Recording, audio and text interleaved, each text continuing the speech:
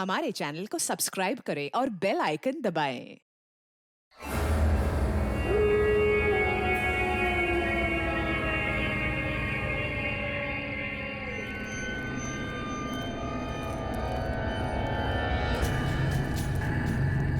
अरे वो देखो, वो घर आने वाला है।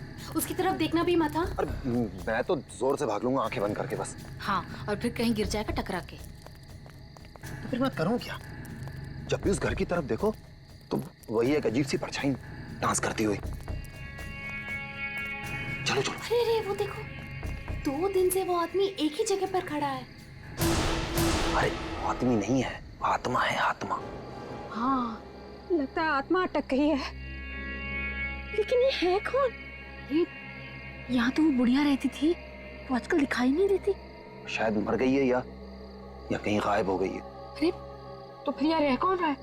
उसकी तो एक भतीजी भी थी। अरे हाँ, दोनों यही रहती थी। अब दोनों की दोनों गायब है, लेकिन कहाँ? पकड़ो यार, आज मैं देख के ही आता हूँ क्या है। क्या? आ रहा हूँ। समर प्लीज पागल हो गया क्या? समर अरे रुको ना, मैं आ रहा हूँ। यहाँ जा। प्लीज रुको, मैं आ रहा हूँ। ओके। क्या कर रहा है तू?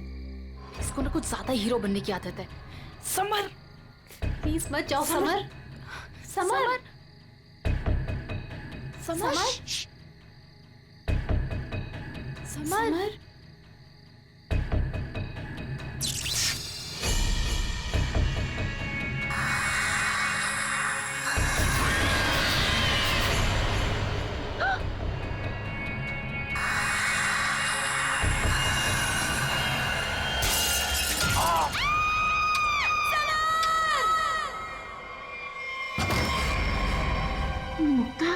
क्या हुआ बेटा?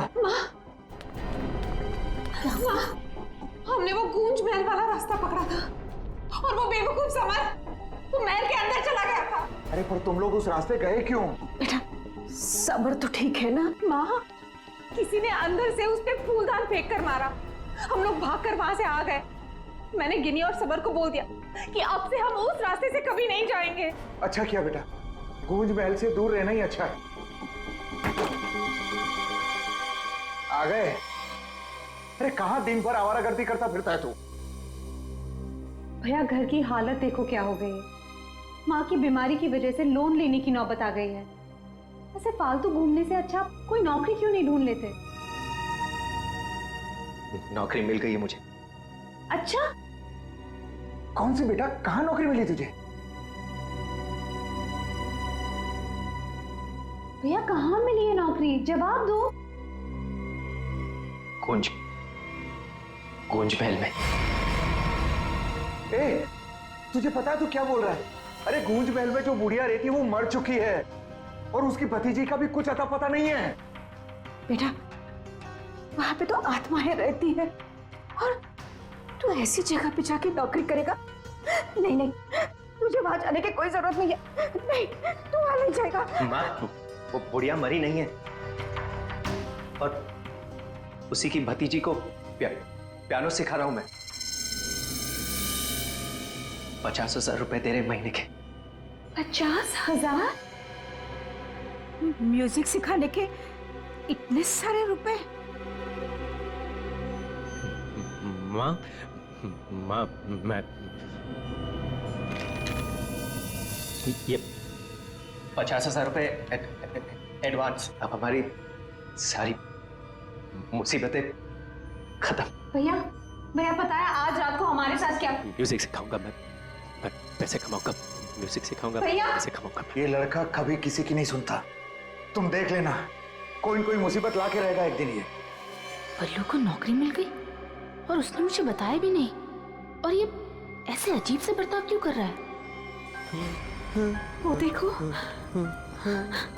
देखो कैसे कैसे अपने आप से बातें कर रहा है। पता नहीं किससे बातें करते रहता है। ऐसे। बल्लू, बल्लू। हाँ हाँ हाँ, मुझे जाना होगा समर। बल्लू हमारी बात तो सुनो।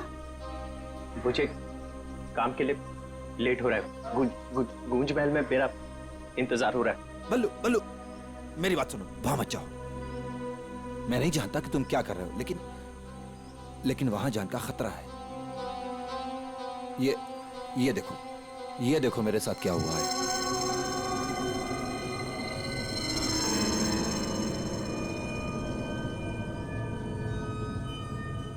क्या हुआ?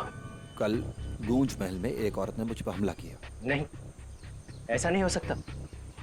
वहां तो सरिता आंटी और उनकी भतीजी ईशा रहती है। वो बहुत अच्छे लोग हैं, ऐसा नहीं कर सकते। मुझे लेट हो रहा है, मुझे जाना होगा। अरे भैया मत जाओ, वहाँ खतरा है भैया।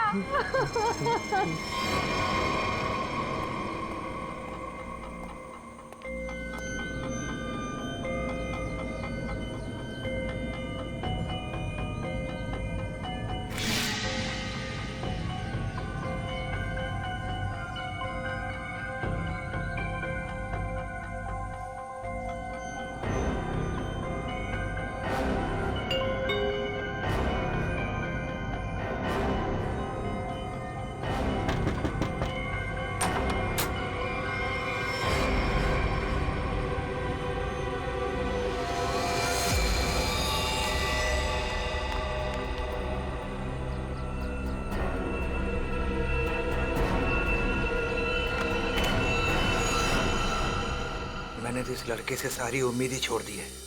पता नहीं कैसी नौकरी है, नौकरी है भी या नहीं। देख, मेरा बेटा आया होगा, देख तो।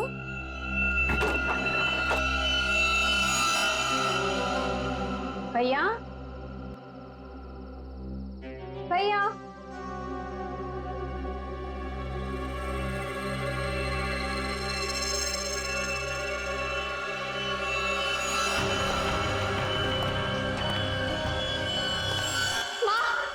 माँ कोई यहाँ बल्लू का टिफिन छोड़कर चला गया।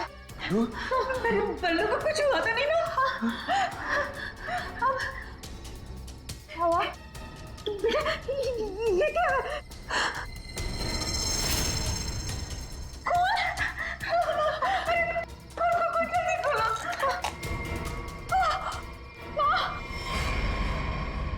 ये है वो गूंज महल जहाँ पे आपका बेटा बलविंदर यानी बल्लू कल आया था और उसके बाद से वो वापस नहीं आया। यहाँ पे दो औरतें रहती हैं, एक बुजुर्ग औरत सविता देवी और उसकी भतीजी ईशा है। और आप लोगों के हिसाब से वो लोग कुछ अजीब है, राइट? सर ये पूरा घर ही अजीब है। यहाँ की खिड़कियों से रोशनी चमकती है, साए दिखते हैं, यहाँ से गुजरने वाले लोगों पर चीजें फेंककर हमला करते हैं। पता नहीं मेरा भाई कैसे फंस गया यहाँ। बल्लू यहाँ नौकरी करता था? जी हाँ, और इसी घर से मेरे बेटे का खाने का डिब्बा वापस आया था, खून से भरा। और सर जब पता लगाने के लिए मैं अपने दोस्तों के साथ यहाँ आई थी तो हमने दरवाजा खटखटाया, आवाजें लगाई, डोरबेल बजाया, लेकिन किसी ने जवाब नहीं दिया। सर यहाँ मेरे बेटे के साथ जरूर कुछ हुआ है। उन लोगों ने जरूर कुछ किया है सर। प्लीज मेरे बेटे को बचा लीजिए।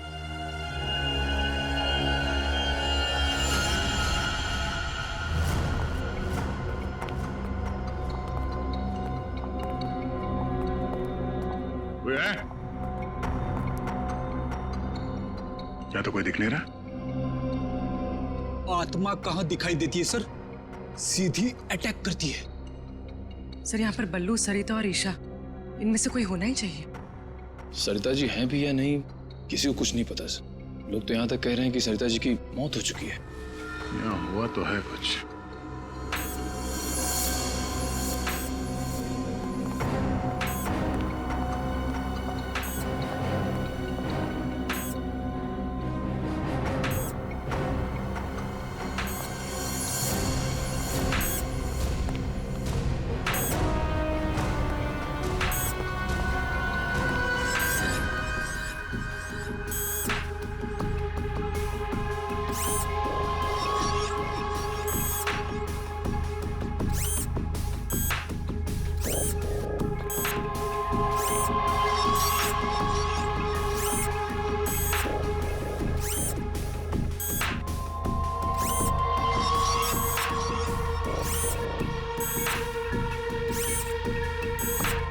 सर ये क्या है तो ये इंसान ही, मगर मैकेनिकल पुतला बना दिया है।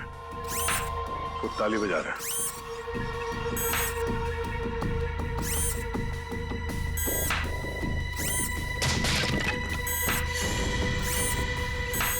निखिल, नजर रखो इस पे, हम लोग देखते हैं।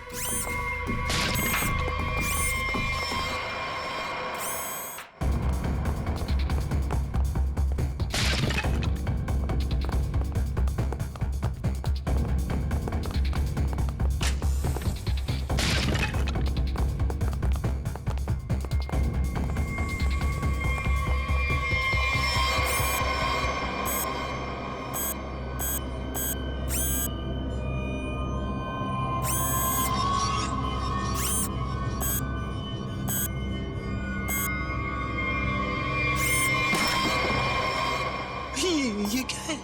ये तो रोबोट जैसा कुछ है। इसके एक्शन और मूवमेंट्स देखो, कितने मैकेनिकल है।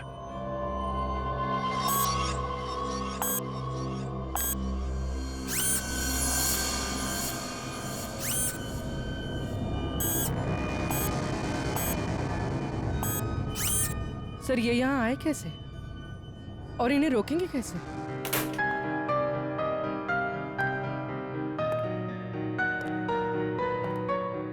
बलवंत,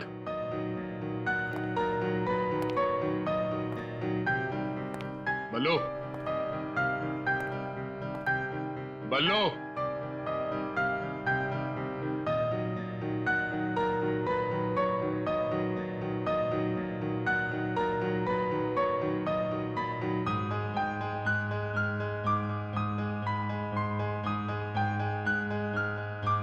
बात नहीं करनी।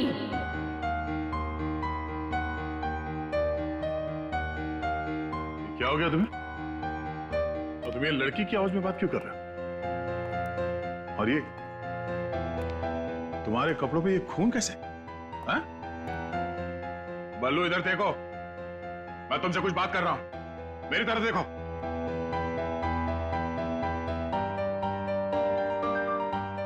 मैंने कहा ना, बात नहीं करनी।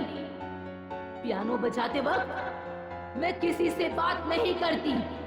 मुझे गुस्सा आता है और फिर मैं सबको मार देती हूँ, मार देती हूँ।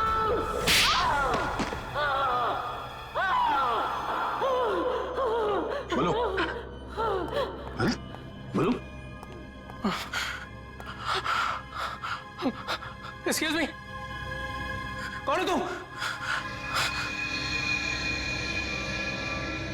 तुम कौन हो? हाथ ऊपर। देखिए, आप गोली मत चलाना, गोली मत चलाना। ये मेरा ही घर है, आप गोली मत चलाना, मारना मत मुझे आप प्लीज। तुम्हारा घर है ये? हाँ, ये मेरा घर है। क्या खेल खेल रहे हो तुम यहाँ? हाँ? और तुम्हारे घर में ये सब लोग कौन है? शायद ह्यूमन मशीन्स हैं जो तुम्हारे इशारे पे नाच रहे हैं। क्यों? सर, ये क्या कह रहे हैं आप? मैं नहीं जानता सर। मेरी कंसर्न क्या आपको बताता हूँ सर। ये मेरा घर है और यहाँ पर जो है ना सर, मेरी सरिता आंटी और मेरी एक कजिन है ईशा, वो रहती है सर। वो कैसी है वो देखने के लिए आया था सर मैं। That's my only concern. ये कौन है मैं नहीं जानता। आप कौन? सीआईडी। सीआईडी? मेरा नाम आकाश है। मैं सूरत में रहता हूँ सर, और यहाँ पर है ना हर 2-3 महीने में एक बार आता रहता हूँ। सर प्रॉब्लम क्या हुई मैं आपको बताता हूँ। उनका फोन है ना स्विच ऑफ आ रहा था, तो मुझे पता नहीं चल रहा था कि क्या हुआ है। और फिर अब यहाँ पर आकर देखता हूँ तो आपको यहाँ पर ये इसके शर्ट पर खून लगा है सर। मेरी आंटी और ईशा को इसने कुछ किया तो नहीं ना सर? इसने मार तो नहीं डाला ना उन्हें सर?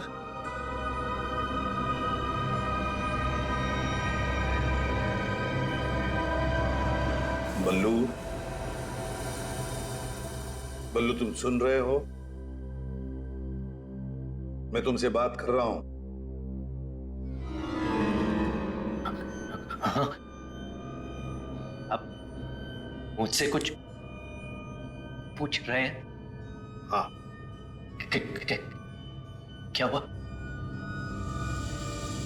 बल्लू, हमें बताओ, तुम गुंज महल गए थे ना, तब तुम्हारे साथ क्या हुआ?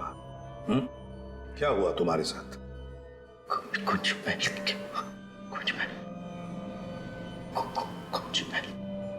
तुम ईशा को म्यूजिक सिखाने गए थे ना वहां पे क्या हुआ था? सरिता और ईशा कहाँ हैं? हैं? सर मुझे समझ नहीं आ रहा है कि आप लोग इसे इतना प्यार से क्यों पूछ रहे हैं? He's a criminal। सर इसी ने मेरी आंटी और ईशा को कुछ किया है, और वहां पर आपको जो इंसानी पुतले मिले थे ना, सब इसी का किया धरा है। शक तुम्हारे ऊपर भी है। तुम्हारे घर में मौत का खेल चल रहा था और तुम्हें मालूम तक नहीं।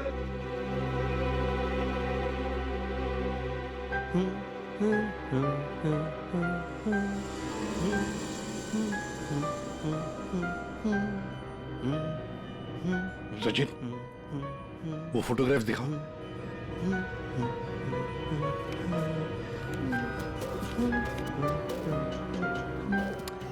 इन तस्वीरों को ध्यान से देखो, बताओ कौन है ये लोग और इनका ये हाल किसने किया? ये सब लोग जिंदा है, जिंदा है। ये लोग तुम्हें जिंदा लग रहे हैं? हाँ, जिंदा। मुझे बताया गया था कि ये रिश्तेदार हैं और म्यूजिक सुन रहे। ये झूठ बोल रहा है सर, इनमें से कोई मेरा रिश्तेदार नहीं है। सर ये ड्रामा कर रहा है, सबको मार दिया और अब क्या बकवास कर रही है? तुम्हें चाय के लिए कहा था ना, चाय किधर है? हाँ? ये ईशा कुछ बोल क्यों नहीं रही? ये अकेला क्यों ताली बजा रहा है? हाँ? मम्मी को बोल देता हूं, रुकूं या भाग जाऊं? कितना बड़ा और डरावना घर है। सर आप मेरी बात सुनिए सर, ये पूरा का पूरा पागल हो चुका है। He's a psycho killer। Bablu क्या हुआ था कल जब तुम ईशा को म्यूजिक सिखाने गए थे? कुछ याद है वहां पे क्या हुआ था? हा? क्या हुआ था वहां पे?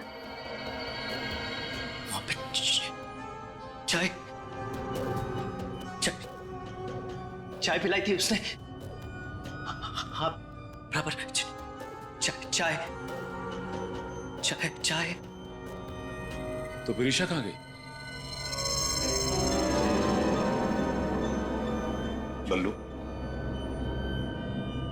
बल्लू, किसका खून था तुम्हारे कपड़ों पर? हाँ? फिर दया पर हमला क्यों किया तुमने? कपड़े। अरे मेरे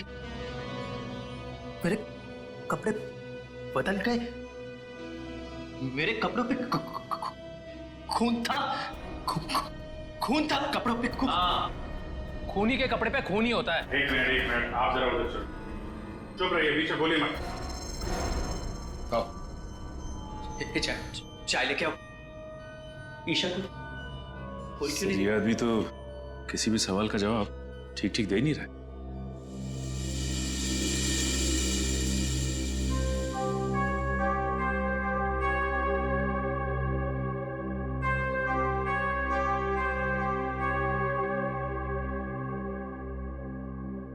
अभिजीत, इस बल्लू की मेडिकल जांच करवाते हैं, पता तो चले ड्रामा कर रहा है या वाकई इसके दिमाग के साथ कोई प्रॉब्लम है।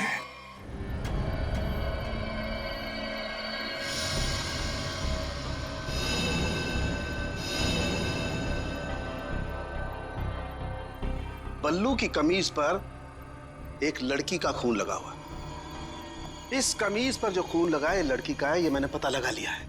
ये रही उसकी डीएनए रिपोर्ट। अब मैं आपसे सिर्फ ये जानना चाहता हूं कि ये जो लड़की मरी है ये कौन है और इसे किसने मारा? इसे आपने मारा है? नहीं?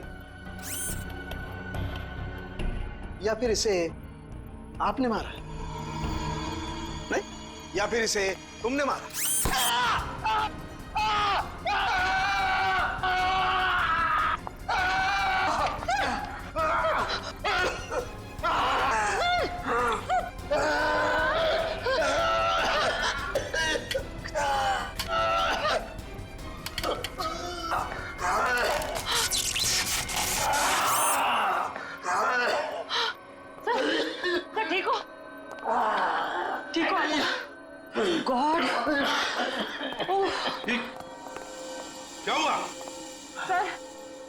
सुबह के हाथों में सर की गर्दन अटक गई थी।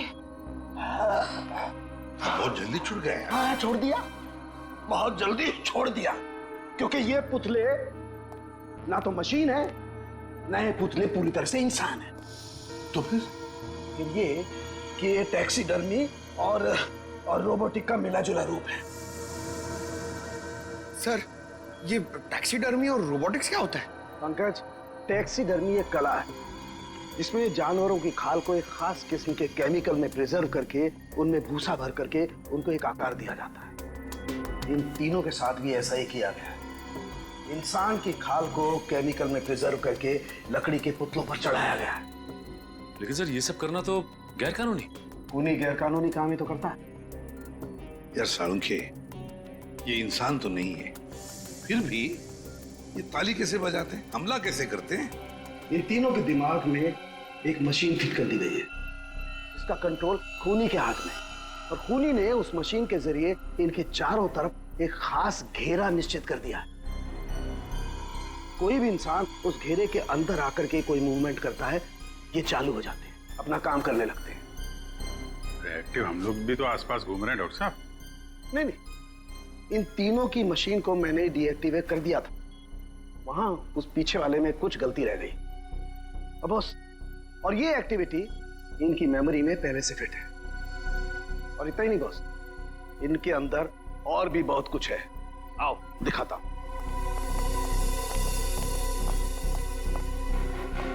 ये देखो, लकड़ी का बुरादा, कॉटन और उसके ऊपर इंसान की चमड़ी। बनाने वाले ने तो बना दिया बॉस, लेकिन वो भूल गया कि इंसान की चमड़ी में और जानवर की चमड़ी में एक खास फर्क होता है। इंसान की चमड़ी जानवर जैसी मोटी नहीं होती है, इसीलिए उसे कितना भी केमिकली ट्रीट कर लो, कितना भी केमिकल में डाल लो, वो इंसान की चमड़ी जैसी नहीं रह सकती है। इसीलिए इनकी चमड़ी जो है जगह जगह से सिली हुई। फिर भी टिक नहीं रही है। और दूसरी बात, ये सारी चमड़ियां ज्यादा पुरानी नहीं है, बस कुछ ही दिन पहले इन्हें मारकर निकाला गया है। पर उस घर का तो कोना कोना छान मारा गया था, एक भी ऐसी लाश नहीं मिली जिसकी खाल उधेड़ दी गई हो। वो कहीं और बनाता है ये ह्यूमनॉइड, अपने घर पर नहीं। तीनों की कोई मिसिंग रिपोर्ट नहीं है, कोई आईडी वगैरह नहीं मिली। है कौन ये लोग? तारिका जी, ये जो कपड़े पहने थे इन लोगों ने, उनसे कुछ पता चला आपको? कुछ खास नहीं, तीनों के कपड़े से बस एक लेबल मिला है, किसी टीएल टेलर का लेबल है। TL Taylor?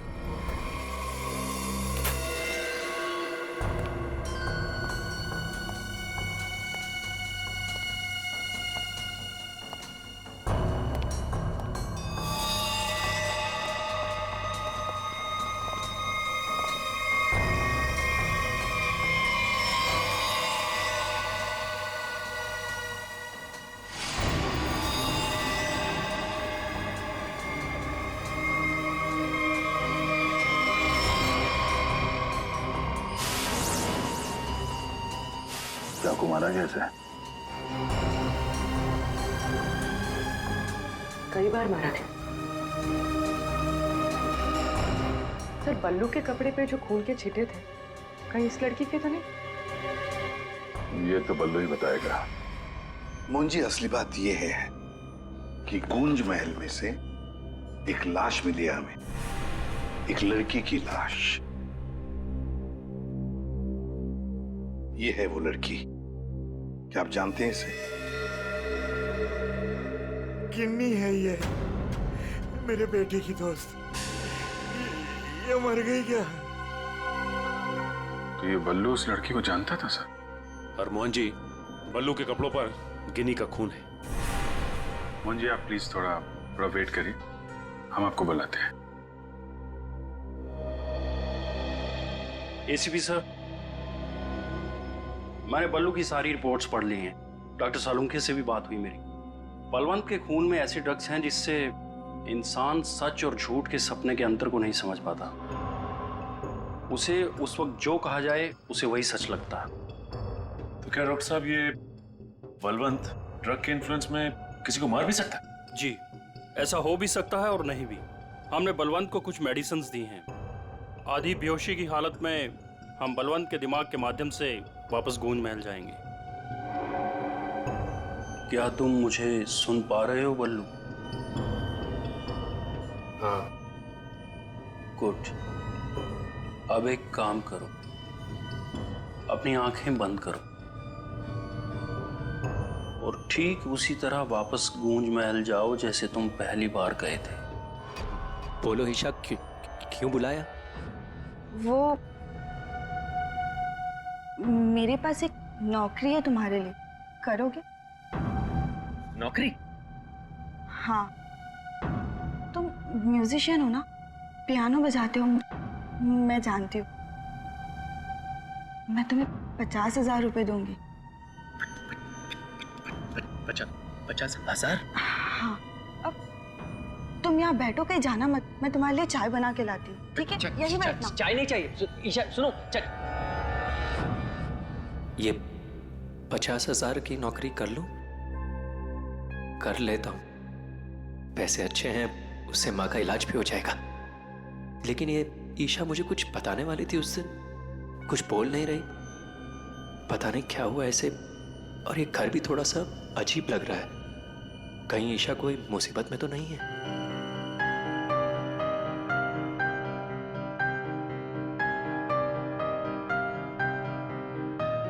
शायद यही ईशा की आंटी है, Sarita ji. Excuse me ma'am. Hello. अच्छी ट्यून है।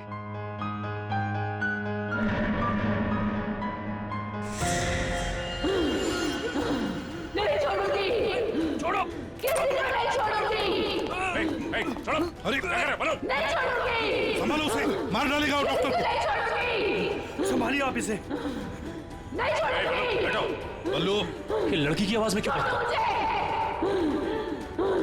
छोड़ो मुझे। डॉक्टर साहब, नहीं छोड़ूंगी। पकड़िए आप इसे। किसी को नहीं छोड़ूंगी।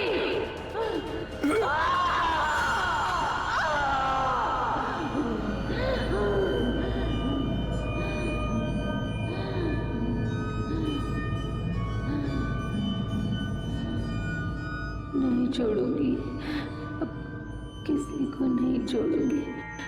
पुतला बना दिया, परेशान कर दूंगी। बची हुई बॉडीज मछलियों को खिला दूंगी।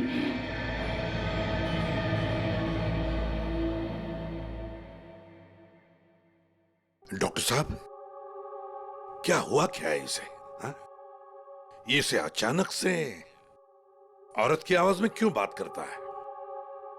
जब तक बल्लू पियानो तक नहीं पहुंचा था तब तक ये ठीक था, लेकिन जैसे ही इसके दिमाग में पियानो की आवाज सुनाई दी, ये कोई और बन गया। आपके कहने का मतलब है कि पियानो की आवाज सुनते ही ये बल्लू अपने आप को खूनी औरत समझने लगता है। मतलब ये किसी के वश में है, किसी ने हिप्नोटाइज किया है इसे। क्या लगता है आपको डॉक्टर साहब? हाँ, ये टेलर्स का पता चल गया सर, जिसने तीनों मानव मशीन के लिए कपड़े बनाए थे सर। अच्छा, टी.एल. टेलर्स।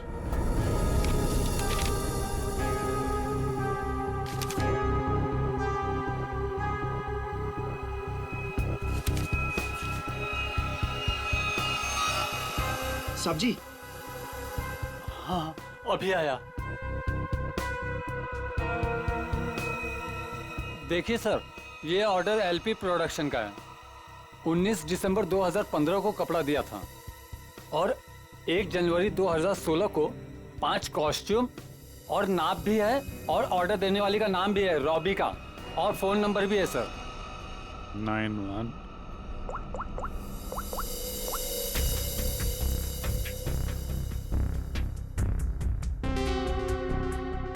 सर, फोन बंद है। कोई बात नहीं, इस फोन की लास्ट लोकेशन ट्रेस करो और कुंडली निकालो इस रॉबिका की। सर। हाँ साळुंखे साहब। अभिजीत, इन्यूमिनेट्स में हमें भूसे के साथ साथ 2 और खास चीजें मिली हैं। एक तो एक खास कागज के टुकड़े ऐसा कागज जिस पर न्यूज छपती है, अखबार में काम आने वाला कागज। और दूसरा, समुद्र के नमक के कुछ अंश। Thank you very much sir. Sir क्या हो सर? एक कारखाना ढूंढो जहां पे अखबार को छापने का कागज बनता और वो जगह समंदर के करीब हो।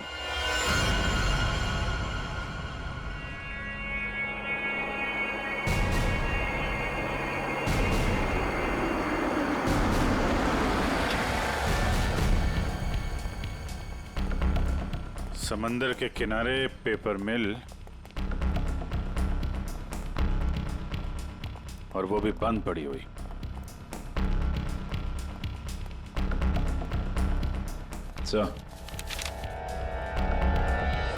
सर यहाँ पे ये पेपर और ये पेड़ की छाल और वहां पर कपड़े, यहाँ तो हर वो चीज मौजूद है जो मानव मशीन के अंदर भरी गई है। सर हो सकता है उस क्रिमिनल के काम करने की जगह यही हो जहां वो पुतले बनाता था। क्या पता वो अभी भी कहीं आसपास ही हो। मगर वो जगह कहाँ है? यहाँ तो सिर्फ पुतले में भरने का सामान है ना। वो टैक्सी डमी की जगह और वो रोबोट बनाने की जगह, वो कहाँ है? पुतलों में भरने का सामान यहाँ है तो वो जगह भी यहीं कहीं होगी। ढूंढो।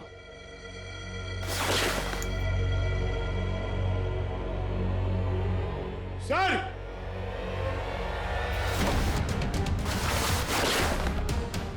सर!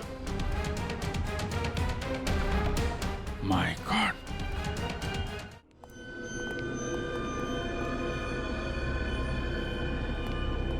तो ये वो जगह है जहां पे ह्यूमन मशीन बनाई जा रही है।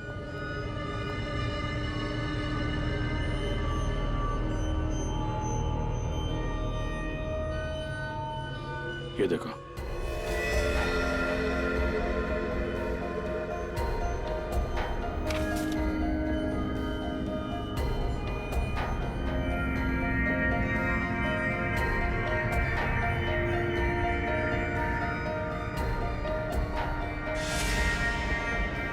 पूरा मैकेनिज्म है यहाँ पे।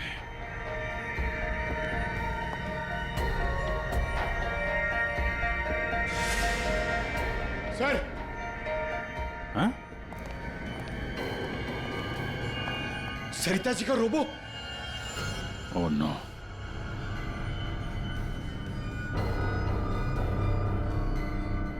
सर जल्दी आइए। सर, ईशा सर, खूनी ने इसका सारा खून निकाल दिया। इसकी सांसें भी बहुत धीमी चल रही हैं। इसको हॉस्पिटल लेके चलो जल्दी। एम्बुलेंस को फोन करो। हेलो। सरिता को तो उसने रोबोट बना दिया, अब इसका भी वो हल करने वाला था। सर, रोबिका की लोकेशन का पता चल गया। आज तो हद हो गई। कब से वैनिटी में इंतजार कर रही हूँ। कोई मुझे सीन समझाएगा या फिर मैं पैकअप अनाउंस कर दूं। काजल, काजल, कहाँ हो तुम? नहीं चाहिए मुझे। काजल! सॉरी रोबिका मैडम, एक्चुअली वो स्क्रिप्ट में थोड़ा सा चेंज हुआ है। व्हाट? सीन में चेंज हुआ है?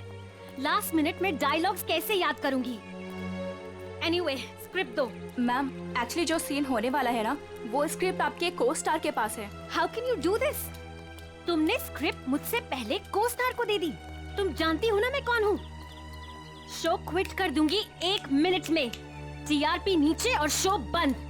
बोलो, क्विट करूं? एनीवे, कहाँ है वो को स्टार? मैम, वहाँ आपका नया को स्टार आपका वेट कर रहा है। ओके, अभी मजा चखाती हूँ उसको।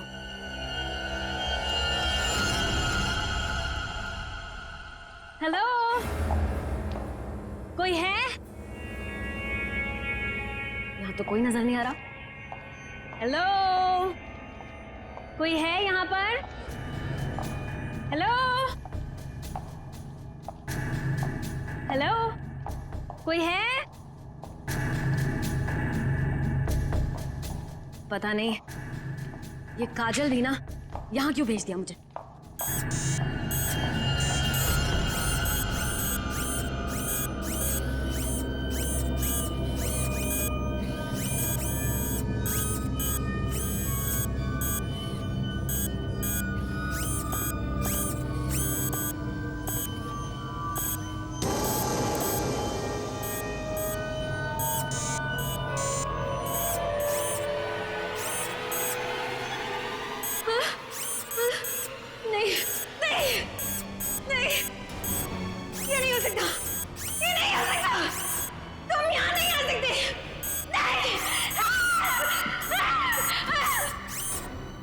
मिस रोबिका।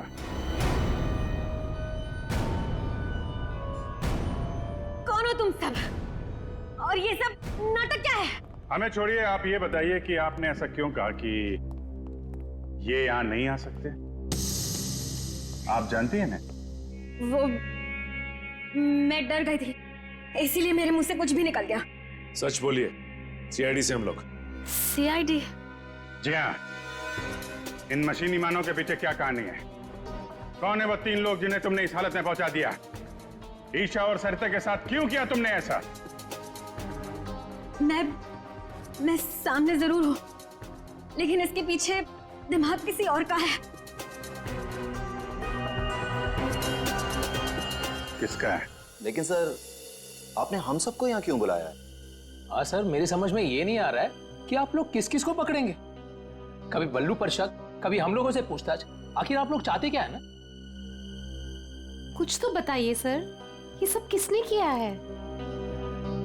सारे सवालों का जवाब मिल जाएगा, लेकिन यहां आप लोगों को बुलाया है एक कहानी सुनाने के लिए।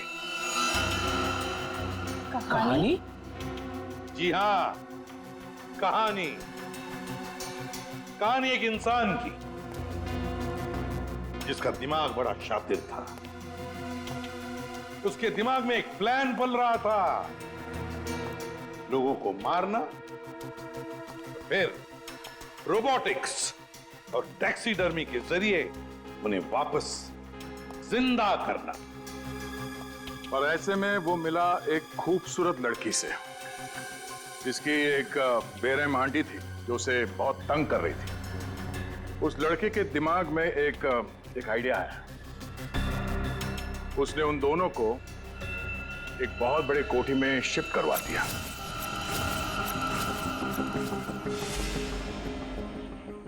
Thank you so much. और फिर उस लड़के ने उस सुंदर सी लड़की को पहला झटका दे ही दिया। उसने उस लड़की की आंटी को मार डाला इसी घर में। इस तरह लड़की की आंटी बन गई इस लड़के का पहला कामयाब आविष्कार। उसके बाद में उसने कुछ लोगों को और भी अपने एक्सपेरिमेंट का निशाना बना दिया। और हैरानी की बात यह है कि वो सब उसके वो दोस्त और कलीग्स थे जो उसके साथ विदेश में काम करते थे। अब हुआ ये कि ये लड़की इस लड़के से बहुत डरने लगी और फिर उससे बचने के लिए उसने अपने और एक दोस्त की मदद मांगी। ऐसे रो मत, मैं हेल्प करूंगा तुम्हारी। तुम बताओ क्या करना है। और जब खूनी को यह बात पता चली तो बहुत भड़क गया। प्लीज मुझे मत मारो, मुझे छोड़ दो प्लीज। उसने उस लड़की को कैद कर लिया और उसके दोस्त को बेवकूफ बनाया।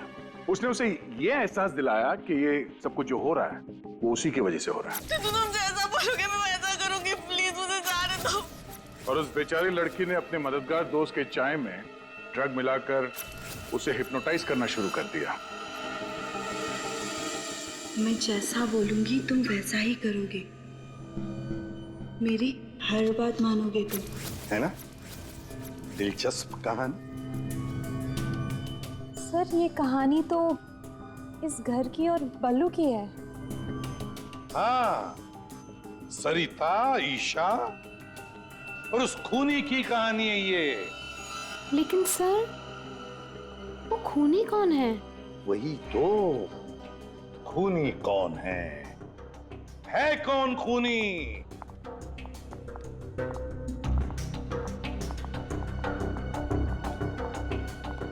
कहां फंसा दिया तुमने मुझे? तुमने तो कहा था कि ये कोई एक्सपेरिमेंट है। तुमने तो खून ही कर डाले।